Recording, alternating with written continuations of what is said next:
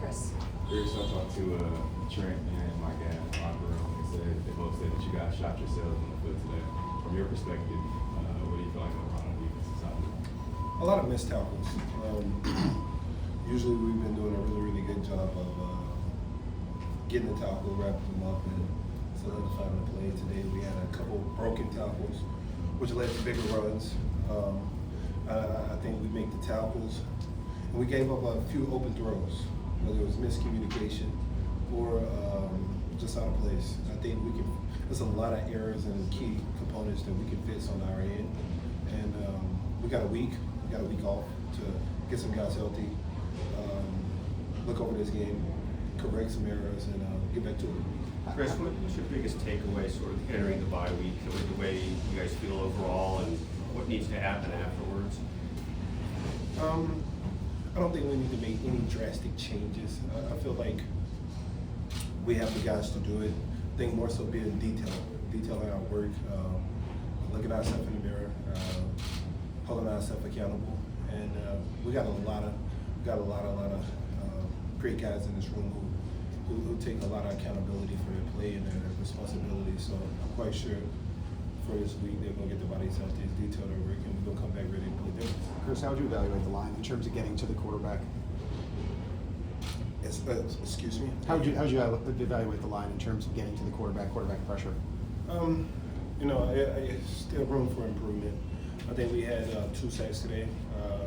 If we plan on winning, especially front 4 D-line, we got to affect the quarterback. We got to.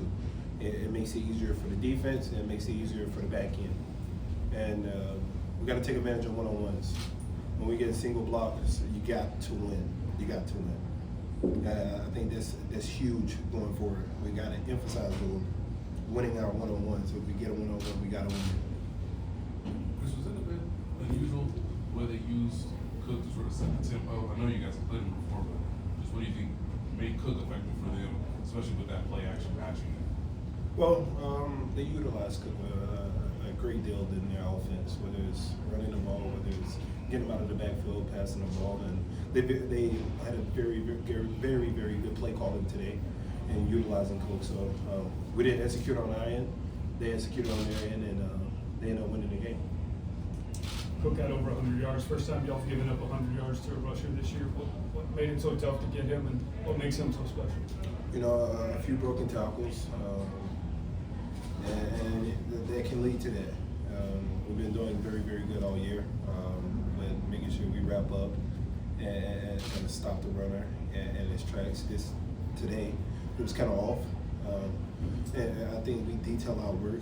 A few times there were open holes in our defense that I think is more so gap assignment, gap alignment. I'm quite sure we're going to fix that. Couple more. Many times it seems like you guys run into this team again in the playoffs. I guess how much are some of you saying, okay, we'll see this team again? I'm quite sure we're going to see them again. This is a very good team. They have an MVP caliber quarterback. They have a great offensive schematic, and they're well-rounded team.